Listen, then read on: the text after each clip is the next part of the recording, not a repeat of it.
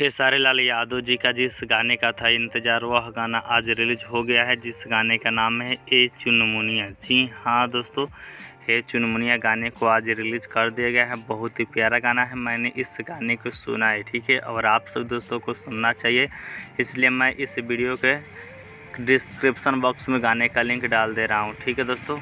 चलिए अब आप सब दोस्तों को बताते हैं इस गाने के बारे में कि सिंगर कौन है, एक्ट्रेस कौन है, गीत किन का है, म्यूज़िक किन का है, सभी जानकारी आपको बताएंगे।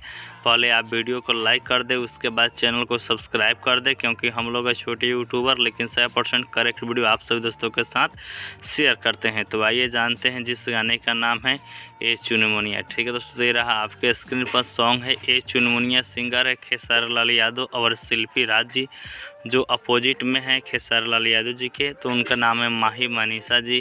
गीत लिखे हैं अभिषेक भोजपुरिया। म्यूजिक है मोनू सिन्हा जी का। जी हाँ दोस्तों, मोनू सिन्हा जी का म्यूजिक है, और इस गाने को आज सुबह में रिलीज़ किया गया है। कहाँ पे? तो बदनाम इंटरटेनमेंट पर। जी हाँ दोस्तों, बदनाम इंटरटेनमेंट पर रिलीज़ किया गया है, और गाने का लिंक वीडियो के डिस्क्रिप्शन बॉक्स में है। तो जाइए सुनिए, फुल एंजॉय कीजिए, ठीक है।